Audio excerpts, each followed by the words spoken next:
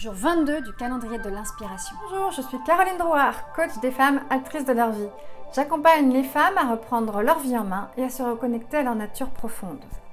En cette période de préparation de Noël, je vous ai préparé un calendrier de l'Avent sous forme de capsules vidéo journalières. Donc n'hésitez pas à vous abonner à ma chaîne YouTube pour avoir votre vidéo quotidienne. Aujourd'hui, je vous parle du livre Comme par magie d'Elizabeth Gilbert. Donc vous connaissez peut-être déjà son nom, c'est l'auteur du best-seller Mange, prie, aime, que vous avez peut-être déjà lu ou vu en film. L'héroïne est Julia Roberts, donc très sympathique, femme très inspirante elle aussi. Si vous avez simplement vu le film, je vous recommande vivement le livre car on y trouve beaucoup plus de détails et beaucoup plus de descriptions de tout ce qui se passe chez l'héroïne. Alors revenons au livre Comme par magie. Ce n'est pas un roman. Dans ce livre, Elizabeth Gilbert nous partage tous ses conseils pour ceux qui souhaitent renouer avec leur inspiration et leur créativité.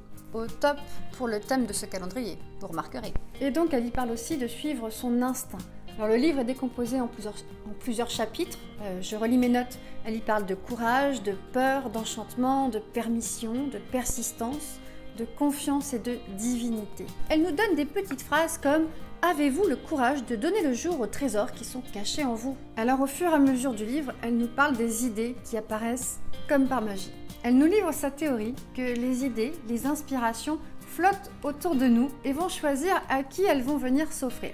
Soit on s'en saisit, soit si on les délaisse ou on les ignore, elles vont partir ailleurs et aller s'offrir à quelqu'un d'autre qui sera prêt à les accueillir. C'est ce qui explique parfois, quand on a une idée et qu'on voit quelqu'un d'autre la réaliser, on se dit « mais il a volé mon idée ?»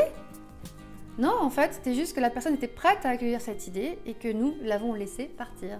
Elle nous explique que dans notre société, notre système éducatif, eh bien, la créativité est repoussée, alors qu'elle est en nous et que nos aïeux l'utilisaient déjà de bien des manières. Et donc, dans notre société, l'art serait réservé à une poignée d'élus, ce qui pour elle est totalement faux. Et pour elle, il n'y a pas besoin d'avoir des diplômes pour être créatif, chacun possède la créativité. Je vous lis un petit passage sympathique qui m'a bien plu.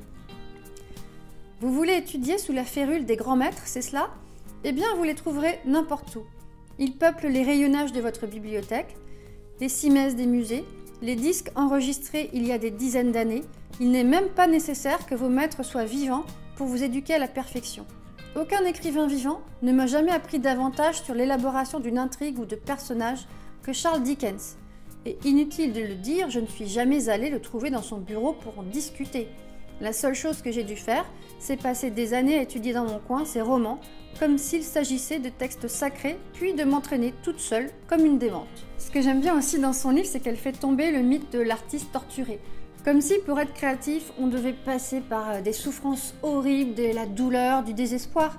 Mais non, on peut aussi créer dans le bonheur. C'est ce qu'elle nous dit, ce qu'elle nous prouve. Et en fait, ça marche même beaucoup mieux quand on est pleinement heureux. À qui est destiné ce livre ? Eh bien, à tous ceux qui souhaitent plus exprimer et vivre leur créativité. Une idée vous vient ? Eh bien, suivez-la et vous verrez ce que ça donne. Alors, prête à lire ce livre magique ? N'oubliez pas de partager, liker cette vidéo et je vous dis à demain!